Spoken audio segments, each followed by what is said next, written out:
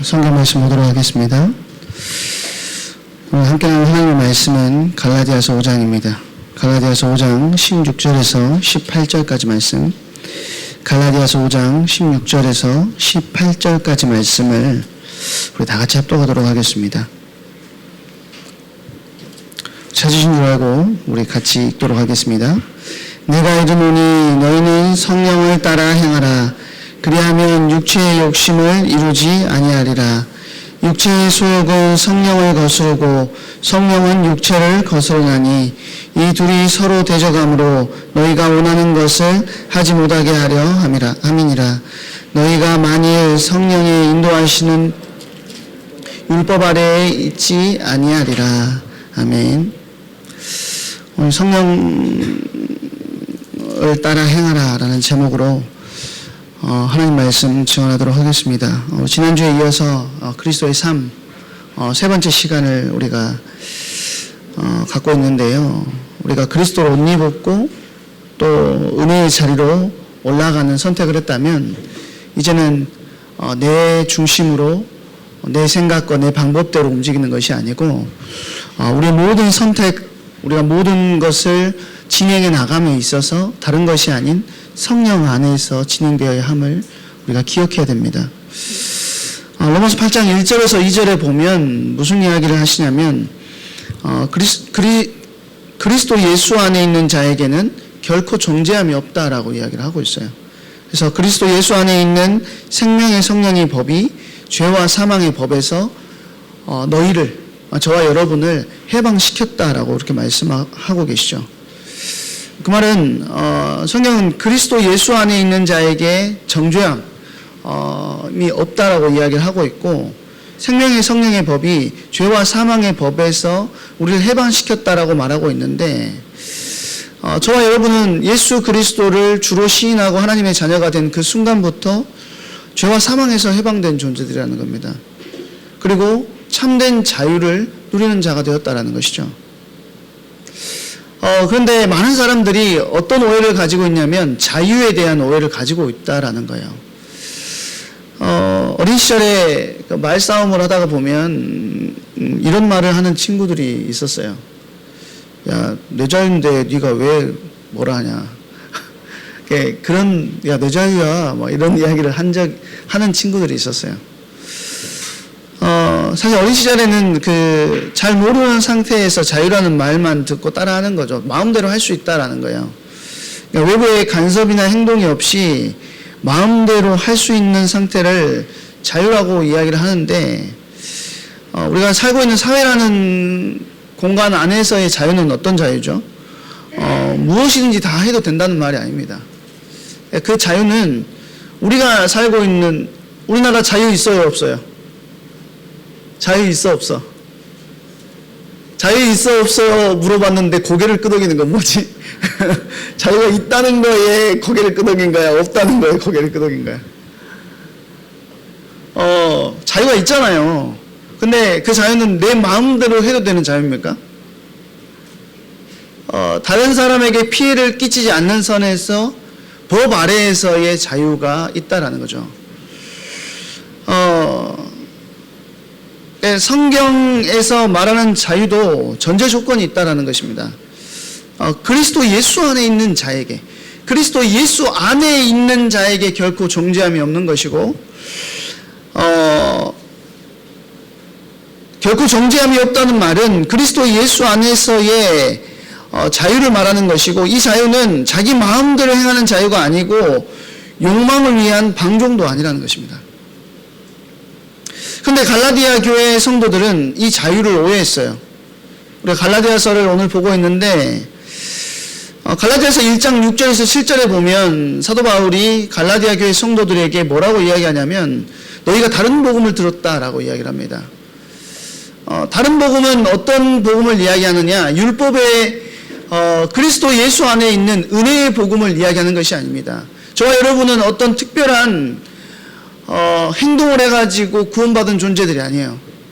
저와 여러분이 대단한 뭔가를 준비하고 잘해서 구원받은 존재가 아니라는 거죠. 예수 그리스도께서, 하나님께서 우리에게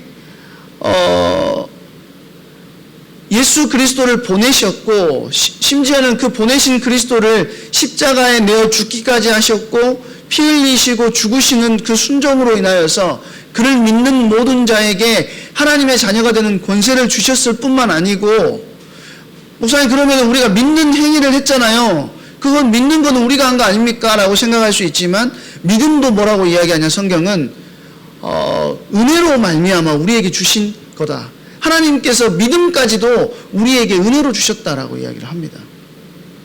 그러니까 모든 것이 하나님의 은혜 가운데서 이루어졌다라고 이야기를 하는 거죠. 그런데 지금 갈라디아 교회 성도들은 우리가 뭔가를 해야 된다라고 생각하는 거예요.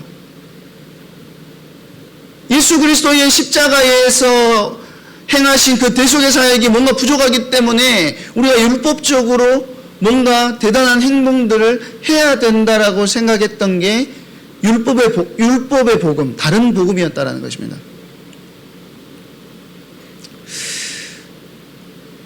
그런데 이런 갈라디아 교회 성도들에게 당연히 뭘 이야기를 할 수밖에 없죠. 우리는 율법에서 정죄함이 없어진 자들, 율법의 저주에서 해방된 자들임을 계속해서 강조할 수밖에 없는 거예요. 갈라디아 3장 13절에 보면 율법의 저주에서 해방됐음을 이야기를 하고 있습니다. 자, 자유에 대해서 강조하다 보니까 우리는 율법을 따라가는 존재들이 아니야. 우리는 그리스도의 십자가의 은혜의 복음을 따라가는 자들이고, 우리가 뭔가 대단한 것을 해서 구원을 얻은 게 아니야. 그래서 우리는 하나님의 은혜 안에서 자유함을 얻었고 그 믿음 안에서 자유함을 얻었어. 이거를 강조하다 보니까, 자유를 강조하다 보니 어떤 일이 벌어지게 됐냐면, 어떤 사람들 가운데에서 율법이 필요 없다라고 하는 사람들이 생기기 시작했다는 겁니다. 아무렇게나 살아도 된다고 생각하는 사람들이 일어나기 시작했다는 거예요. 사실 이거는 구원의 문제, 그 율법은요 필요 없는 것이 아닙니다. 율법은 필요해요. 근데 우리가 율법이 필요하지만 그 율법을 지켜서는 구원을 이룰 수 있는 존재가 아무도 없다라는 거예요. 왜죠? 율법을 완벽하게 지킬 수 있는 존재가 아무도 없다라는 것입니다. 그래서 우리는 우리의 죄의 상태, 우리의 하나님을 떠나 있는 그 상태를 알게 하도록 하기 위해서 하나님께서 저와 여러분에게 뭘 주셨냐? 율법을 주셨고, 하나님께서 무엇을 증오하시는지, 무엇을 싫어하시는지를 율법을 통해서 알게 하셨다라는 것입니다. 자, 그런데 우리는 율법을 다 지키는 행위로는 구원을 얻을 수 없기 때문에 하나님께서 우리에게 구원의 길을 허락하셨는데, 그분이 바로 누구냐? 예수 그리스도라는 거예요. 그러면 율법은 구원에는 영향을 끼치지 못하지만 무엇에는 영향을 끼칠 수 있죠? 우리가 그리스도를 닮아가는, 그리스도인으로서 성숙하게 성장해 나아가는 데는 도움을 줄 수 있다는 것입니다. 어제 리더 MT를 갔는데 집에서 자꾸 전화가 와요. 이제 아내는 일을 갔고, 아내는 이제 토요일에 일을 가야 되니까 일을 갔고, 이제 집에 1, 2, 3만 남아 있었어요. 1, 2, 3만 남아 있는데 2한테 자꾸 전화가 오는 겁니다. 아빠 뭐시 어쩌고저쩌.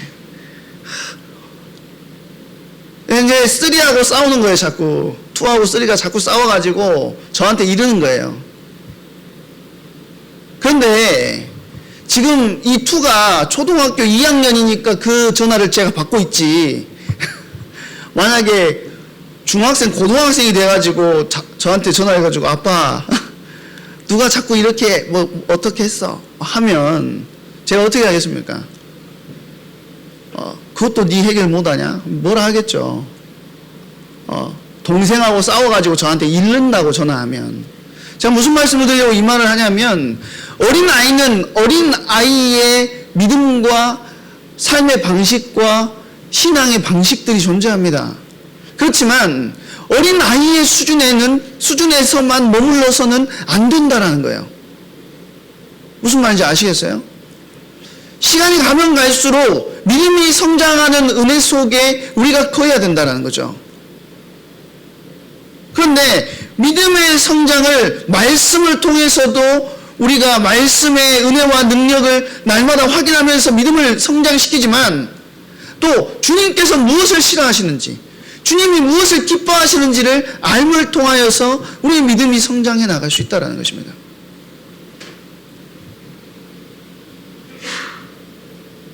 그래서 우리가 예수님을 믿게 되면 우리 안에 어떤 일이 벌어지냐면 두 마음이 존재하게 된다는 거예요. 예수님을 믿게 되면 우리 안에 어떤 두 마음이 생기냐, 주님을 위해서 살고자 하는 마음과 동시에 죄에 끌리는 연약함, 두 마음이 우리 안에 존재하게 된다는 거죠. 그래서 갈라디아서 5장 우리가 읽었던 본문에 보면 뭐라고 이야기하죠?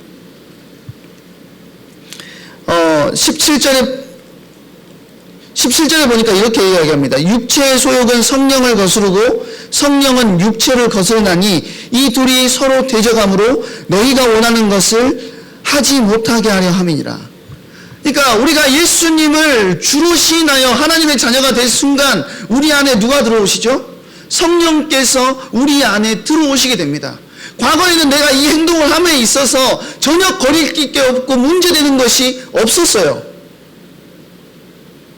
과거에는 어땠죠? 주일에 쉬고 싶으면 쉬면 돼요.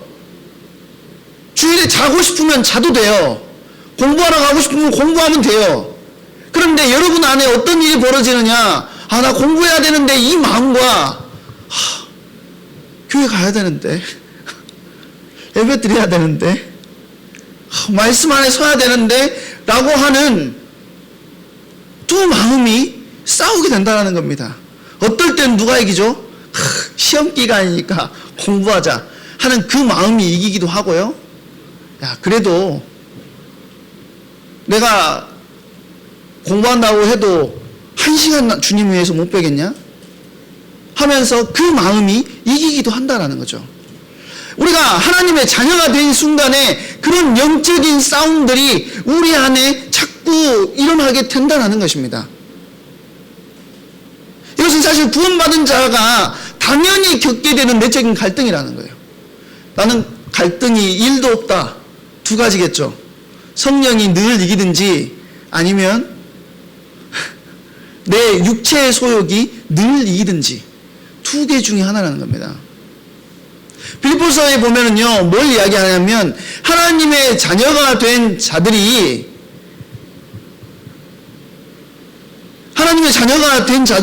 어떻게 살아가고 있다라고 이야기를 하냐면 십자가의 원수로 행하는 자들이 있다라고 이야기를 해요. 십자가의 원수로 행하는 자들. 하나님의 자녀가 되었는데도 불구하고 내 안에 이런 영적인 갈등들이 1도 없어요. 그리고 내가 교회는 다니고 예배의 자리에는 있지만 내 마음과 생각은 이미 다 뺏겨버린 거예요. 내 삶은 이미 죄에게 내어줘 버린 거예요. 어떻게 되죠? 죄는 사실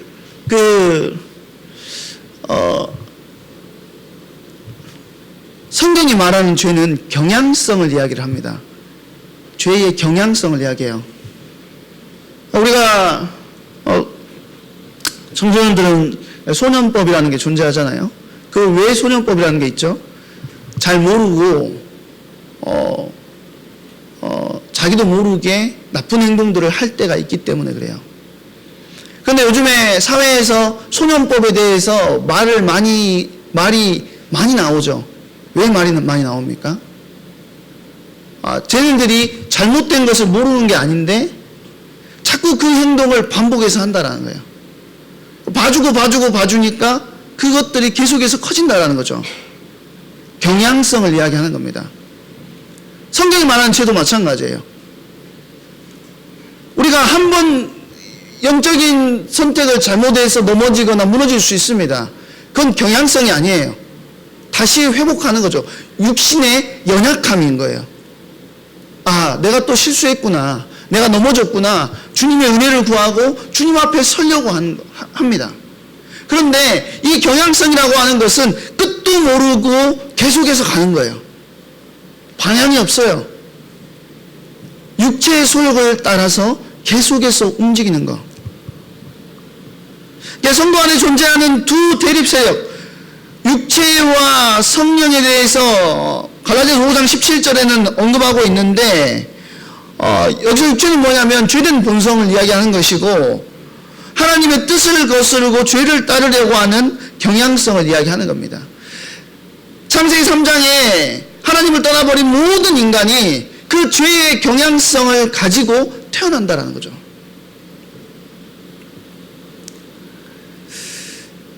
성령과 육체는 결코 공존할 수 없는 존재이기 때문에 항상 충돌하고 우리 안에서 대립이 일어난다는, 싸워요 자꾸.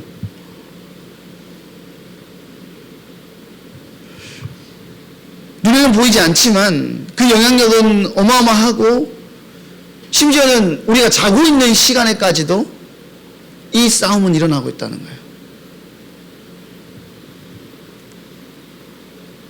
이 싸움이 존재하는 이유가 뭘까요? 저와 여러분 안에 누가 계시기 때문에? 성령 하나님이 함께 하시기 때문에.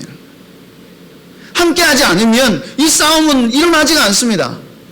그냥 그대로 가는 거죠. 그래서 이 끝이 보이지 않는 것 같은 이 육체의 소욕과 성령의 싸움이 지속된다는 말은 무슨 말이냐면, 이 싸움이 은혜의 증거라는 거예요. 하나님이 나에게 은혜를 주셔서 영적인 것을 분별할 수 있는 자리에 있게 하셨구나라는 것입니다.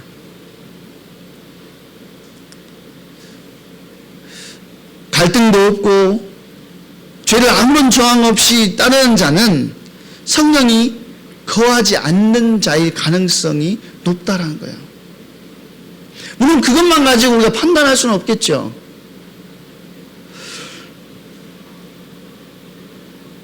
근데 반대로 끊임없이 갈등과 전투가 있다는 것은 성령께서 내 안에 거주하고 계신다는 겁니다.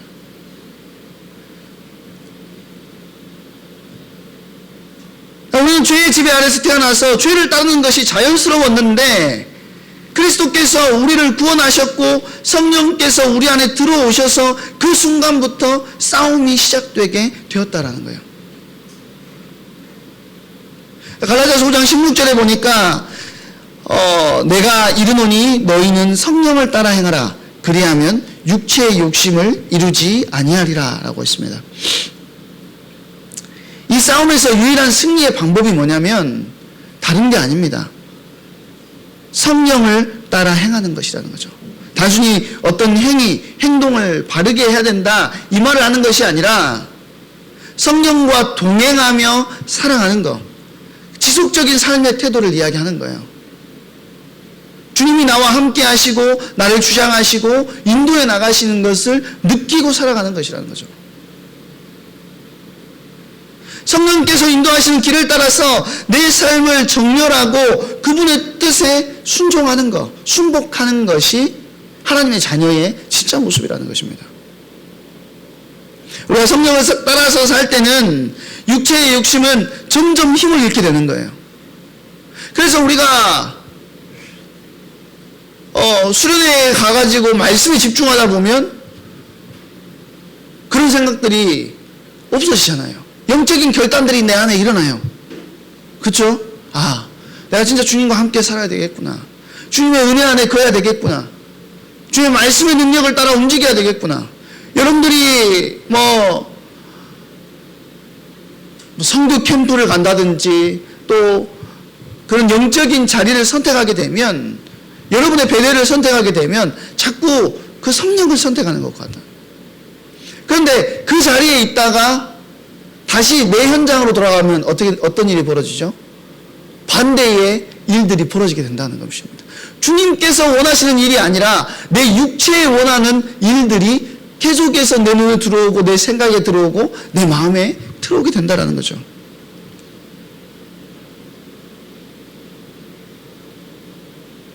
갈라디아서 5장 19절에서 21절에 보니까 이렇게 이야기합니다. 육체의 일은 분명하니 곧 음행과 더러운 것과 호색과 우상 숭배와 주술과 원수 맺는 것과 분쟁과 시기와 분냄과 당짓는 것과 분열함과 이단과 투기와 술 취함과 방탕함과 또 그와 같은 것들이라. 그러니까 성령을 따르지 않을 때 나타나는 삶의 열매는 육체의 일로 구체적으로 나타난다는 거예요.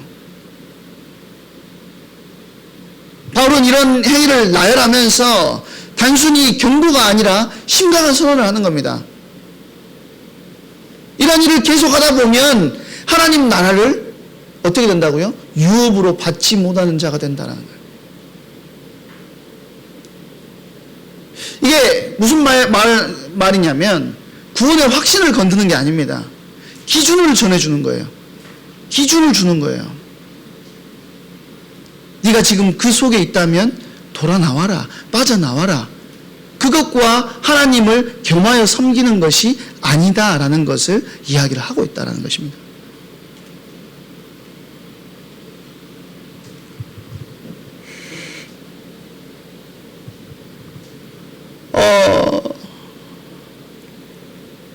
우리가 자꾸 주님과 반대의 길을 걸어서 움직일 때 죄에 대한 애통과 진실한 회개, 돌이킴이 우리 가운데 날마다 있어줘야 된다는 거죠. 주님을 바라보는 돌이킴이 있어야 된다. 갈라디아서 5장 22절 23절에 보면 육체의 소욕, 방금 전에 읽어드렸던 것은 육체의 소욕을 따라 행할 때 얻어지는 열매가 그런 것들이고, 반대로 성령을 따라서 행할 때 얻어지는 열매들에 대해서 이야기를 하고 있습니다. 5장 22절 23절에 보니까 오직 성령의 열매는 사랑과 희락과 화평과 오래 참음과 자비와 양성과 충성과 온유와 절제니 이 같은 것을 금지할 법이 없느니라 그렇습니다. 성령의 9가지 열매를 이야기하죠. 이게 이 9가지가 나누어진 항목이 아니라 우리가 성령을 따라서 행할 때 포도송이를 하나를 따로 우리가 생각하지 않는 것처럼 하나로 연결된 성령의 인격적인 결과물이 사랑과 희락과 화평과 오래 참음과 자비와 양성과 충성과 온유와 절제라는 결과물로 우리에게 다가오게 된다는 것이죠.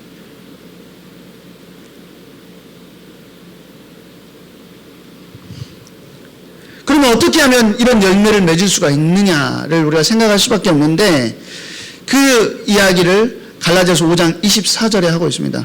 5장 24절에 보니까 그리스도 예수의 사람은 육체와 함께 정욕과 탐심을 십자가에 못 박았느니라. 자, 이거하고 대응 구절을 우리가 생각할 수 있는데, 갈라디아서 2장 20절이 이거하고 대응 구절이라고 생각하면 됩니다. 내가 그리스도와 함께 십자가에 못 박혔나니, 나는 이미 죽은 존재가 됐다라는 거예요.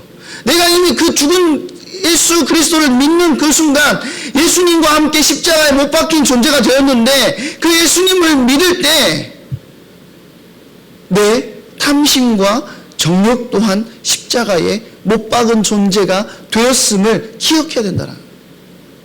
우리가 뭔가 대단한 것을 하는 것이 아니라는 겁니다.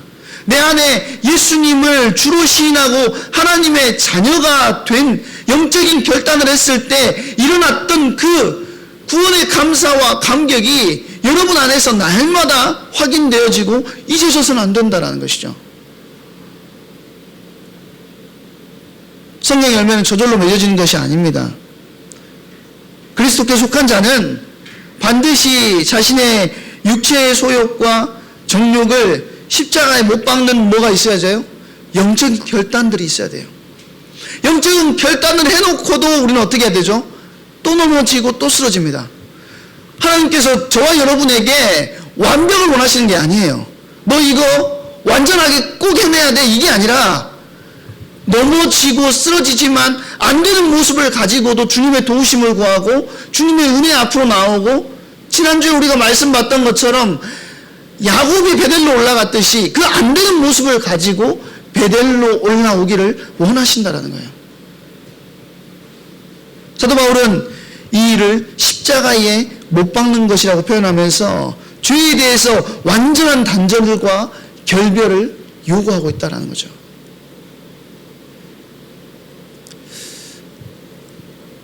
여러 가지 여러분 안에 내가 이걸 해야 될까? 저걸 해야 될까라고 하는 육체의 소욕과 성령의 싸움이 자꾸 일어날 겁니다.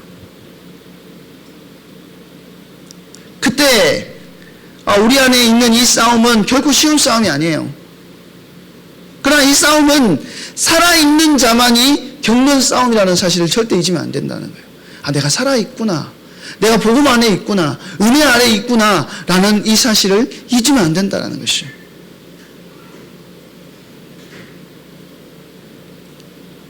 이 싸움은 끝이 없는 것 같지만 반드시 끝이 있고 뭐가 있다고요? 그 끝은 우리의 승리로 마무리될 것이라는 것입니다. 그리스도께 속한 자로서 우리는 성령을 따라 행함으로써 이 싸움에서 이길 수 있는 존재들이 되었다라는 것입니다.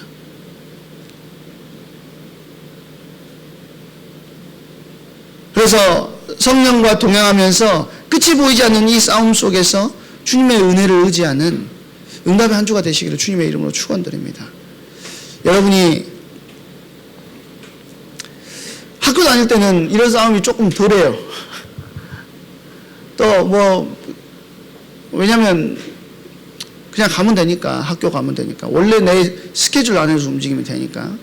그런데 방학을 하고 또 교회에서 뭔가들을 진행을 하다 보면 이런 싸움들이 계속 여러분 안에 생각으로, 마음으로 이런 선택의 싸움들이 일어나게 되겠죠.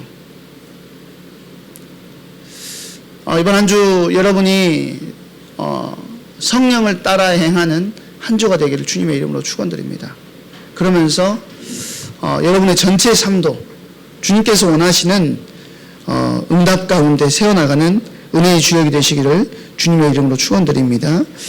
우리 이 시간에 같이 찬양하는 시간 갖도록 하겠습니다. 이 시간에 기도할 때, 찬양할 때 주께 가오니라는 찬양인데요.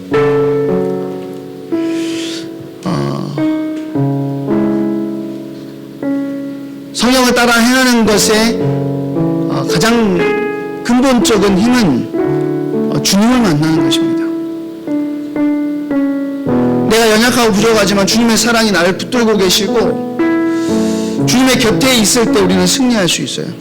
오늘 이 시간 성령께서 나를 도우시고 나를 이끄시고 인도하시는 중요한 은혜를 실제적으로 확인하게 해달라고 기도하는 마음으로 우리 시간에 주께 가오니 찬양하도록 하겠습니다. 주께 가오니 찬양하시면서 준비하신 예물 하나님께 드리도록 하겠습니다.